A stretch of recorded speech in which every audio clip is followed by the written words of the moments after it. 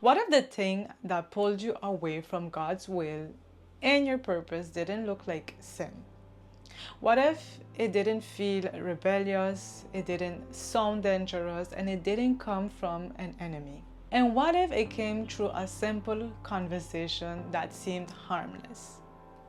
Today, I want to talk about one of the most sobering stories in scriptures, in my opinion.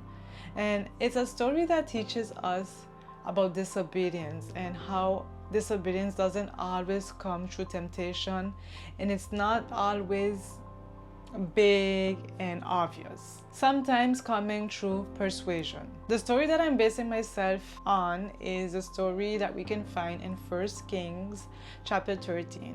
And I'm not going to go through all of it, I'm just going to point out the main points. For context, this story takes place during the reign of King Jeroboam, who ruled over the northern kingdom of Israel. Jeroboam built an idolatrous altar for the people of Israel to worship. God strongly disapproved of this, so he sent an unnamed young prophet, a man after his own heart, from the southern kingdom of Judah, and this to deliver a message of judgment against the king and his idolatrous practices. But along the mission came very specific instructions. God told the man of God, "Do not eat, do not drink, do not return the same way you came." Clear instructions that left little room for ambiguity. The prophet carries out his commission. The altar is destroyed, demonstrating God's disapproval. Among the people, there was no doubt that this was a true man of God, confirming that God was clearly with him. When King Jeroboam attempted to have him arrested, his hand withered instantly. In desperation, the king begged the prophet to intercede with God so his hand could be restored. And the man of God did. God listened, and the king's hand was restored as it was before. Up to this point, the prophet demonstrated complete obedience and deep reverence towards God, even refusing the king's invitation for gifts and a meal. He completed the public assignment, but the private obedience was still being tested.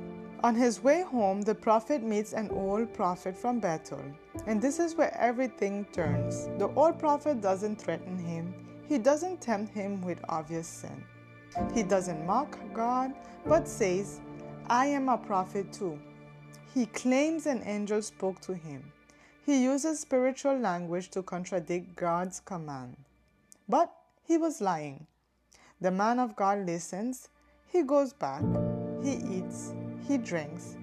And not because he didn't hear God, but because he trusted a second voice over the last word God gave him. On the surface, it looks small, just a meal, just a pause, just a conversation. But partial obedience is still disobedience, and that's the danger. The deception didn't feel dangerous, it felt reasonable.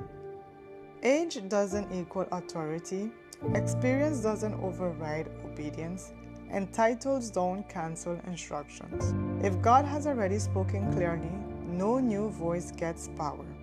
On the way home, the prophet is killed by a lion, not because God failed, not because the mission failed, but because obedience was broken. This story isn't just about prophets, it's also about us and how we are called to walk in this journey and live our lives.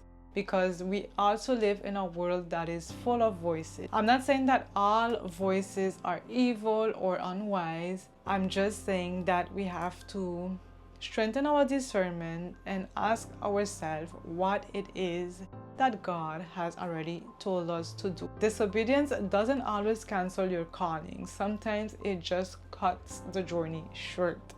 And this is exactly what happened to that young prophet. It was just one decision, one detour, and a moment of listening to the wrong voice. Obedience is tested most when disobedience feels harmless. Remember, when God has spoken, you stay anchored, okay?